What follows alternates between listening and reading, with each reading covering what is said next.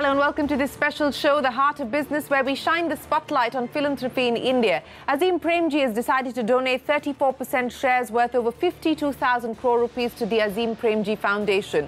He's one of the handful of Indians who signed up for the giving pledge started by billionaires Warren Buffett and Bill Gates. Premji has decided to put his money to work to drive change.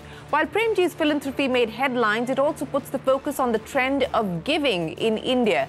While 2% spends on corporate social responsibility is now part of the Companies Act, individual philanthropic efforts need to be catalyzed further.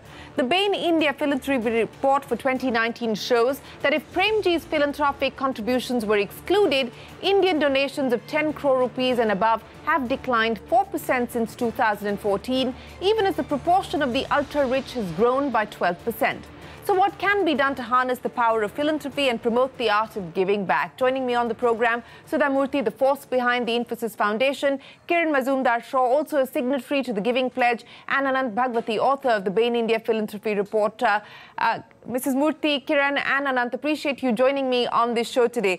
Mrs. Murthy, let me start by asking you, ma'am, India has had a long culture of daan, of charity, of giving back. As we look at the future today, you know, whether it's through the Giving Pledge, it's through corporate social responsibility spending, which is now mandatory on part of companies, what can be done to catalyze the power of individual philanthropy? What is the way forward, to your mind, as we see the rise of ultra high net worth individuals in India, which is only expected to grow faster and bigger from here on?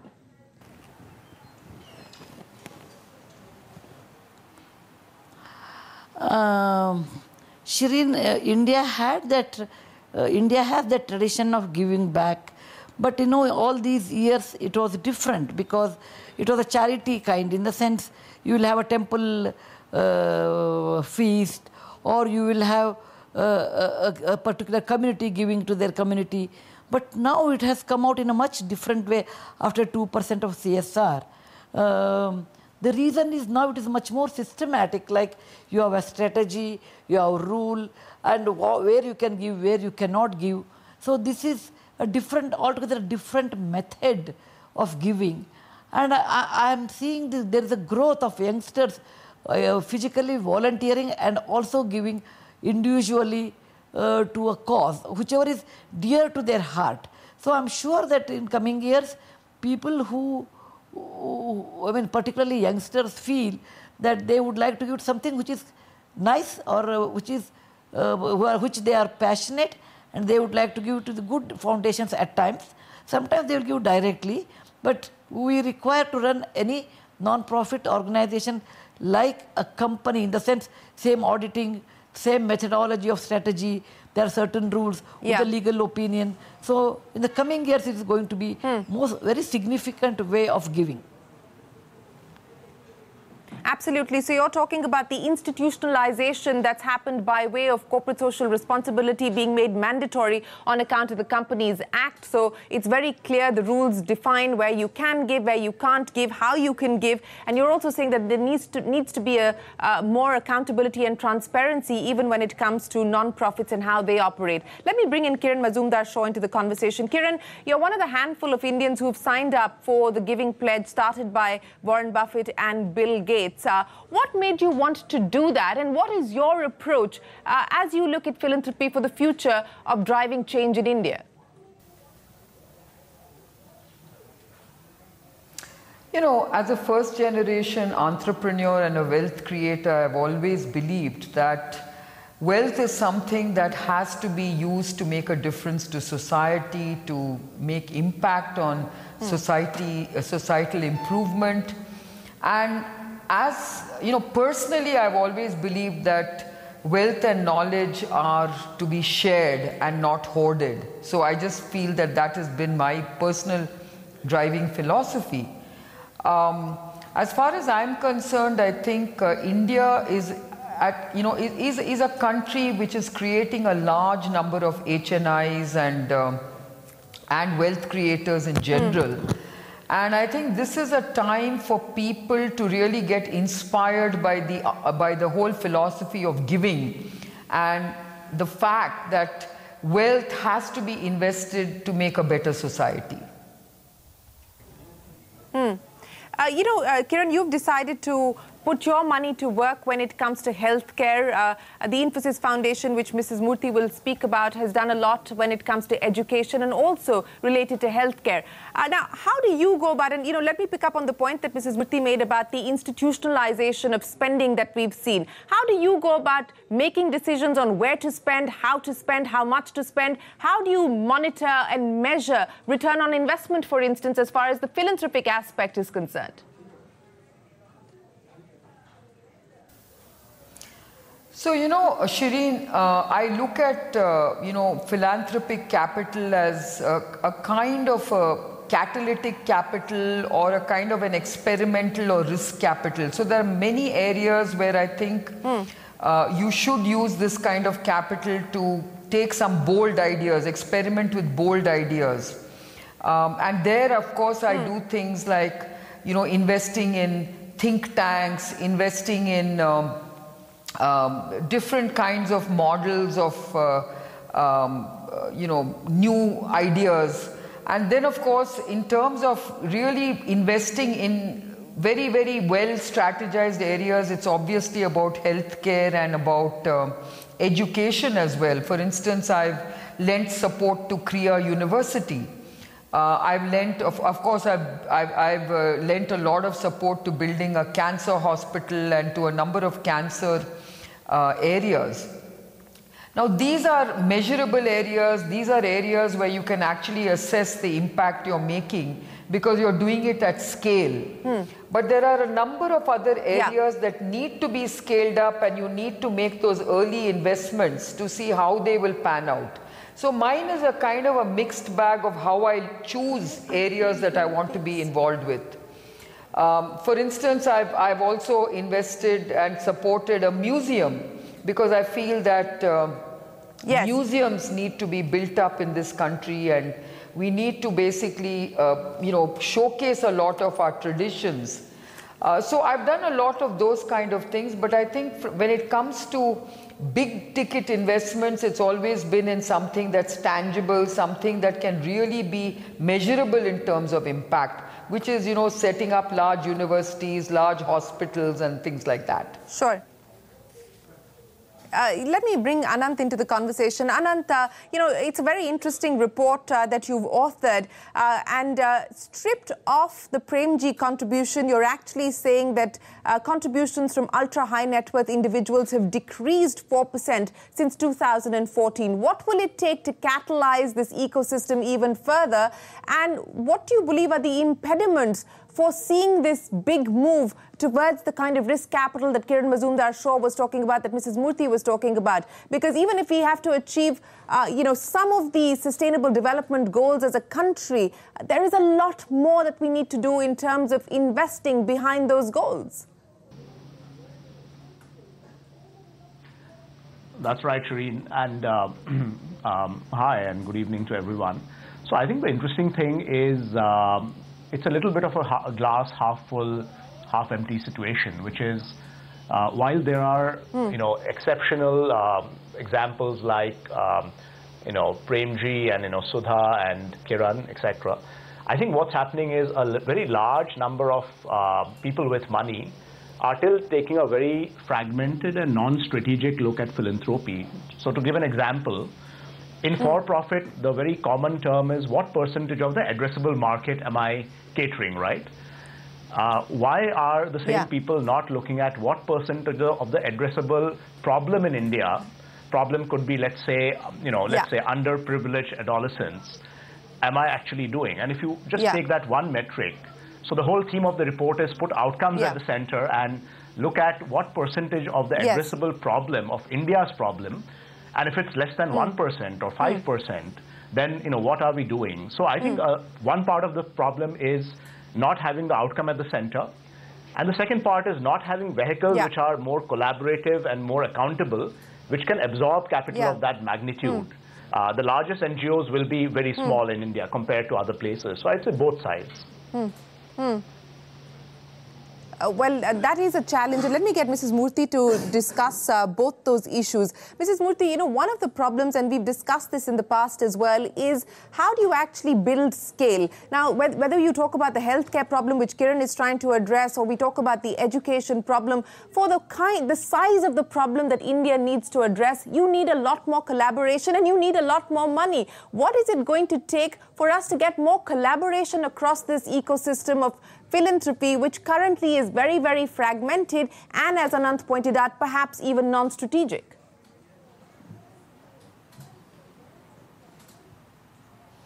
Well, that's the reason this year we started a new initiative called Arohan Avishkar Dil Se. We said we'll find out the main aim of that competition. Will encourage people who have a project which is going to be useful to the society and they can scale up. So we'll give them initial money, holding their hand, then 8 weeks training at IIT Hyderabad, so that how they can scale up, because there may be many people who have the idea but they do not have the contact, or who have the idea, they do not have money. And this is socially, it should affect bigger section of the society. So we conducted an experiment and it worked out quite well. And so the first batch, you know, we have taken people, and there's a platinum, gold, silver, bronze medals. I mean, that kind of category we made. So scaling up requires a mentorship, because a single idea limited to your family, limited to your society, you know, in the neighborhood, will not help in a large way. Like we are experimenting with the drinking water. Is there any way with the cheaper technology, more efficient way of getting the good water? For example, we have done with Avishkar Dil Se an experiment. You know, somebody has done in Bombay, PhD students, that with the small changes in the hand pump, they can get very good, clean water, which can be scaled up properly. So we require a good mentorship to scale up, because these people may or may not be aware of it. Absolutely, and I think that's a valid point that you make, that there is the need to create mentors across this ecosystem as well. But Kiran, on the point that Anant was making, and you know, I'm just looking at the funding requirements. Additional funding of 4.2 lakh crore rupees annually will be required to achieve even 5 of the 17 Sustainable Development Goals. That's what the Bain India Philanthropy report throws up. Now, the point that I'm trying to make is that, you know, you're individually doing something to address the healthcare issues. You've created a 1,400-bed cancer center, for instance, in partnership with Dr. Devi Shetty. Sudha Murthy is doing something. Shiv Nadar is doing something. What can be done to create that collaborative vehicle which addresses India's large problems?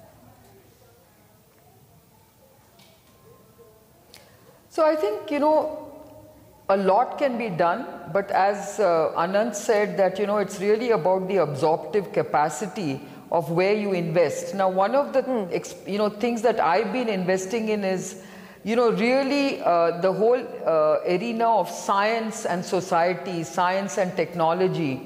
And I think I really want to see how we can, you know, support good science in the country. So I've been sort of giving a lot of grants and research grants and scholarships and even building science labs in schools and things. So again, I'm hoping that this absorptive capacity will be able to translate into a larger number of people pursuing science, and then obviously then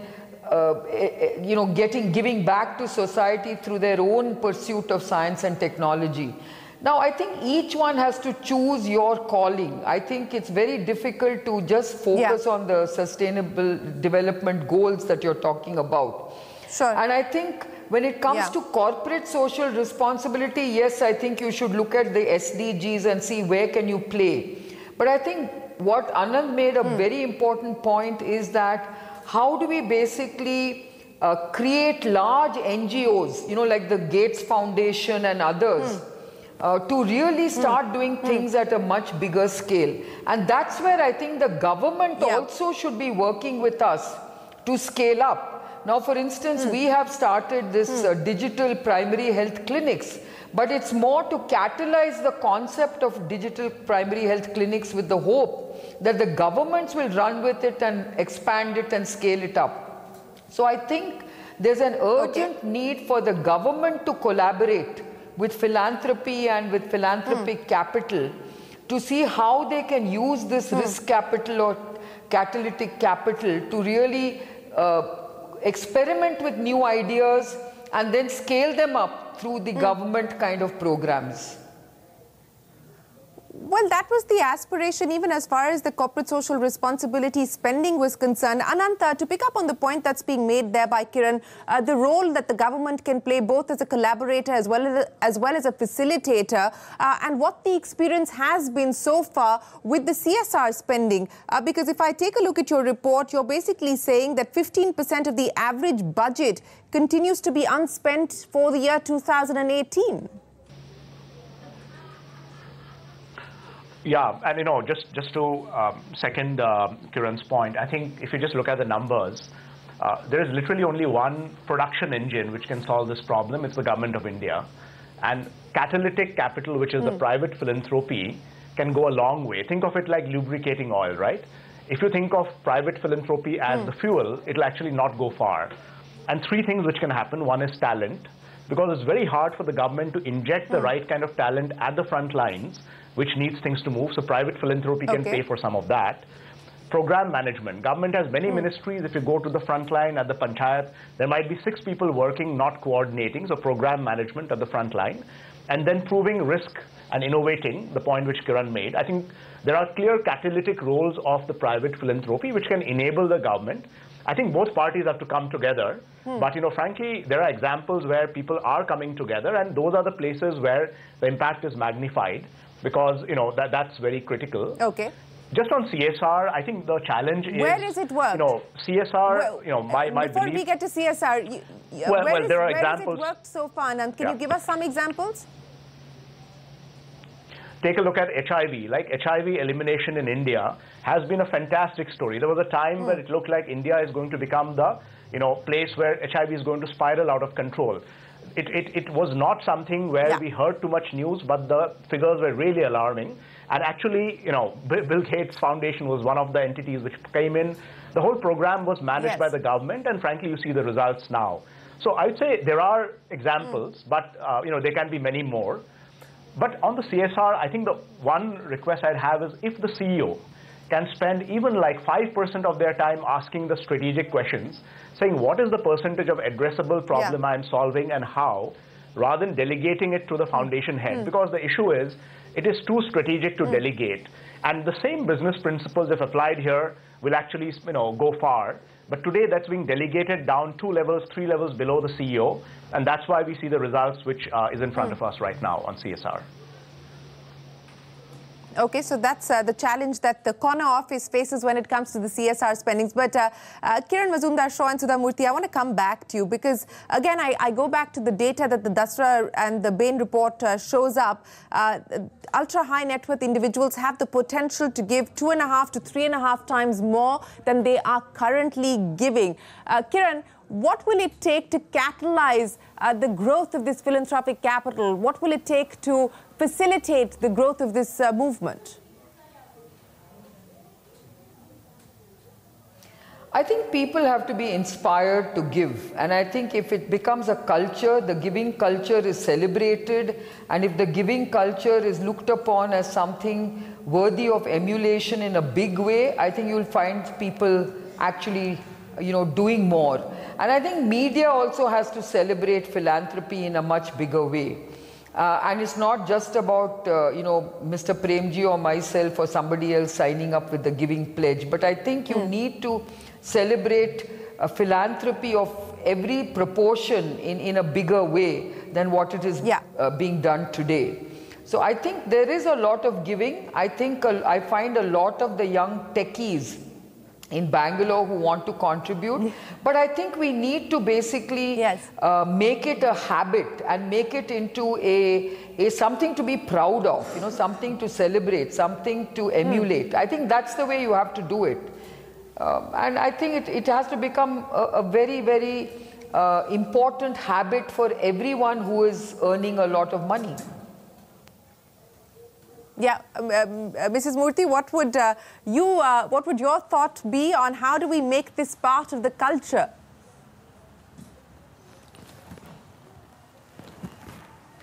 Well, I have 2 points. One is you asked collaboration, but you know what happens? I'm passionate on certain issue, and somebody is passionate on some other issue.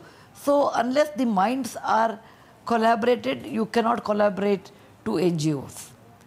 Okay, this is what I have found out in my work, that I like to work with Devdasis. So for example, I take that one, destitutes, and somebody would like to work on something else. So what is my priority will not be their priority, and that is the reason many times collaboration fail. Now, government, actually government has lot of projects on CSR. I have seen, at least in Karnataka government, I have seen there are a lot of projects. There is plenty of money in that. But you know, it becomes a project, quotes. Because in a project, your salary is paid and you do some work. Philanthropy is not like other subject, where you should have passion for the suffering of the other people to help them. And unless you have passionate people in the project will not succeed, whatever may be your strategy. So the best way I feel, if there is a well-known NGO or a non-profit organization, and if government, for example, government of Karnataka has asked me, they would like to give me money for pond restoration at Melukote, which is 1,000 years old. They said, we'll give you 32 crores. And, you know, you should produce all the whatever results as per the project, and also transparent, because Infosys Foundation is famous for its transparency and efficiency. So government is ready to give us money. And if you have good collaboration between an NGO and the government, and it should be audited, it should be transparent, and then you can do with the government also. But government having its own projects are very difficult to succeed, because people who are not passionate are in charge of the the project. So I feel when you do a good work, people do observe, and your work speaks for yourself. Absolutely. It's not just about project management skills, but passion as well that you need to bring to the table. Anant, I'll give you the final say on the show before we wrap. And that really has to do with the point that was just made by Sudha Murthy. You know, accountability, transparency, efficient use of capital. And there have been questions raised about the quality of NGOs, the kind of work that is finally delivered on the ground, what happens with my money. And those are the questions that people ask before writing out checks as well, or before collaborating with particular agencies. What more can be done to sort of draw up a database of organizations who are doing good work that can partner with the common citizen, should the common citizen want to do so? Right, Shireen. And you know, a slightly provocative answer on that one, which is, I think NGOs have to learn to talk in maths more than English, right? Because ultimately numbers matter. And ultimately, outcomes matter. And frankly, India's problems are so massive and money so less that if you are not the most efficient in trying to solve a problem at scale, why should you be trying to do it? You should give it to someone who can. So I think NGOs have a journey to go to actually start talking outcomes, not inputs, not outputs, but outcomes, and start talking in very transparent language. And I've heard this from large givers, which is they struggle. They say, look, I love what they do, and I think they are great, but I can't see the line of sight to where the money will have the outcomes. So how do I actually write a check for 100 crores or 500 crores? So they are stuck in that loop, and I think someone has to break out of that soon.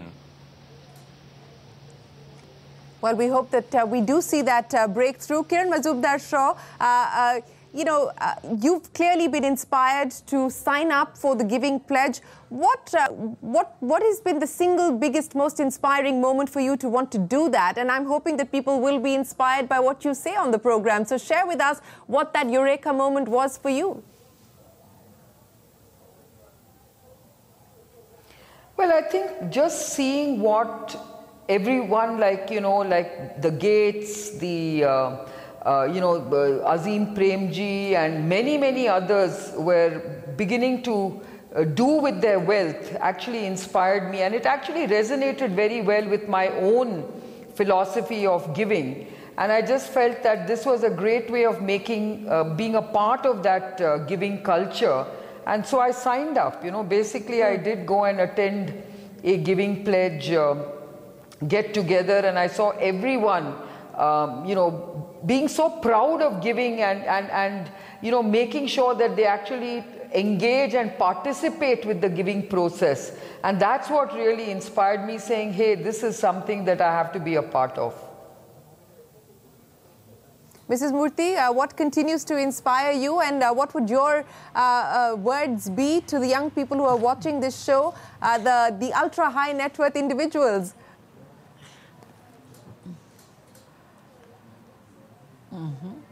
Poor people inspire me. When I look at them, my conscience says you have a duty towards them. It is it's an invisible line. Why you are born here, it's not of your choice, but you are born there and they are born there at the side of the line. So we have a duty towards them, and that is the greatest inspiration for me. And I consider every day is a holiday for me because I enjoy my work. And then I have seen death very near to very near to me. It may be tsunami, it may be earthquake, it may be many things. We have handled 13 national disasters, and I have seen death very near. And I realized that, what we think of hoarding so much is futile in life. You do require money for your comfort, for your certain requirements, but giving, the joy of giving gives you bigger happiness than any other thing. Well, that is the perfect note to end this conversation. The joy of giving, the art of giving, the power of philanthropy. And of course, as we've discussed here on the program, we need to start making this much more part of the conversation that we have, make it part of public discourse, try and see how we can collaborate the social sector with government for specific projects. And of course, the addressable problems, of which are many, as Anant was pointing out, funding and passion and project management is the order of the day. Kiran Mazumdar-Shaw, Sudha Murthy and Anant Bhagwati, appreciate you joining us here to discuss the power of philanthropy in India and the road ahead. With that, it is time for us to wrap up the CNBC-TV18 special. From all of us here, goodbye. Many thanks for watching.